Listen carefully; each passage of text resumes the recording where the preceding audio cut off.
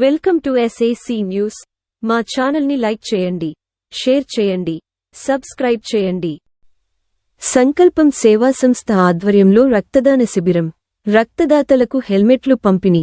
తన, మన, పర భేదాలు లేకుండా అందరికీ తమకున్నంత పరిధిలో సేవలందిస్తూ, మరోపక్క వివిధ సమస్యలపై ప్రజలకు అవగాహన కల్పిస్తూ, రక్తదాన శిబిరాలు ఏర్పాటు చేస్తూ సామాజిక బాధ్యతలు నిర్వహిస్తున్నారు. సంకల్పం సేవా సంస్థ సభ్యులు. కడియం మండలం Kadiyapulanka sir Arthur cotton nursery farmers association కార్యాలయం నందు సోమవారం సంకల్పం ఆధ్వర్యంలో రక్తదాన శిబిరం ఏర్పాటు చేశారు. ఈ శిబిరాన్ని కడియం సిఐ అల్లు వెంకటేశ్వరరావు, సంకల్పం వ్యవస్థాపకులు యడ్ల వరప్రసాద్, గంధం శంకర్, సత్య, భానుశ్రీ, సూరిబాబులు సంయుక్తంగా ప్రారంభించారు. ఈ సందర్భంగా సిఐ మాట్లాడుతూ మనం చేసే రక్తదానం మరొకరికి ప్రాణాన్ని నిలుపుతుందని, హెల్మెట్ ధరించడం ద్వారా స్వీయ రక్షణతో ప్రాణం కాపాడుతుందని పేర్కొన్నారు. అలాగే రక్తదాతలకు హెల్మెట్లు అందించడం ఆలోచించదగ్గ విషయమని, సమకూర్చిన వారికి అభినందనలు తెలిపారు.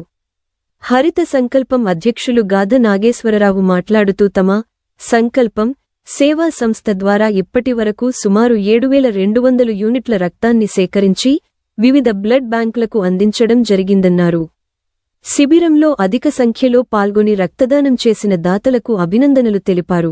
తమ కుమారుడు తాడాల వీరబాబు జ్ఞాపకార్థం హెల్మెట్లు అందించిన తల్లిదండ్రులు తాడాల వెంకట రమణ, శ్రీను, సూర్యకుమారిలకు కృతజ్ఞతలు తెలియజేశారు.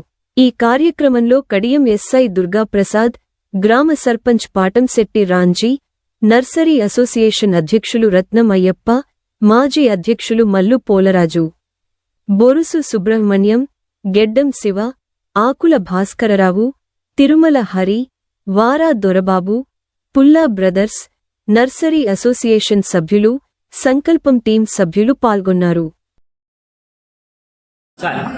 అందరికీ నమస్కారం అండి. ఈరోజు ఈ హెల్మెట్ ధరించడం వల్ల మన ప్రాణాలను ఏ విధంగా కాపాడుకోవచ్చు అన్న ఉద్దేశంతో ఇక్కడ మన తడాల వీరబాబు ఆయన చనిపోయిన సందర్భంగా వాళ్ళ పేరెంట్స్ వాళ్ళందరూ కూడా ఈ కార్యక్రమాన్ని పెట్టడం జరిగింది.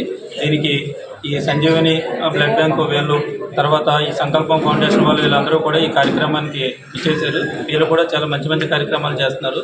ముందుగా ఈ మధ్యన యువత చాలా ర్యాష్గా డ్రైవింగ్ చేయడం, కొంచెం మద్యం మత్తులో డ్రైవింగ్ చేయడం వల్ల వాళ్ళ ప్రాణాలకే కాకుండా అవతల వాళ్ళ ప్రాణాలు కూడా ప్రమాదంలో పడేస్తున్నారు.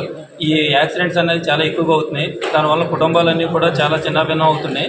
అందరూ కూడా తప్పనిసరిగా హెల్మెట్ ధరించాలని చెప్పేసి, దానివల్ల వాళ్ళ ప్రాణంతో పాటు పక్కనున్న వాళ్ళు, ఎదురుగా వచ్చే వాళ్ళు ఎవరైనా ఏది యాక్సిడెంట్ అయినా సరే వాళ్ళను కూడా సేవ్ చేస్తారు.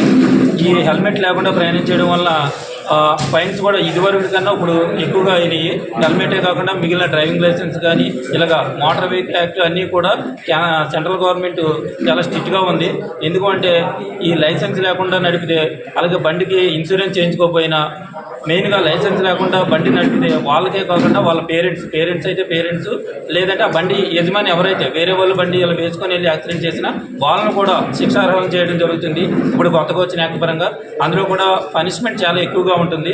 అలాగే ఈ హిట్ అండ్ రన్స్ ఎవరైనా యాక్సిడెంట్ చేసి వెళ్ళిపోతే, బైక్ అవని లారీ అవనివ్వండి, ఏదైనా హిట్ అండ్ రన్ యాక్సిడెంట్ చేస్తే అది కూడా దాంట్లో కూడా అది యాక్చువల్గా మర్డర్ కింద ఈక్వల్గా అన్నట్టుగా చూస్తూ దాన్ని కూడా సెక్షన్ ఆల్టర్ చేయడం జరుగుతుందండి.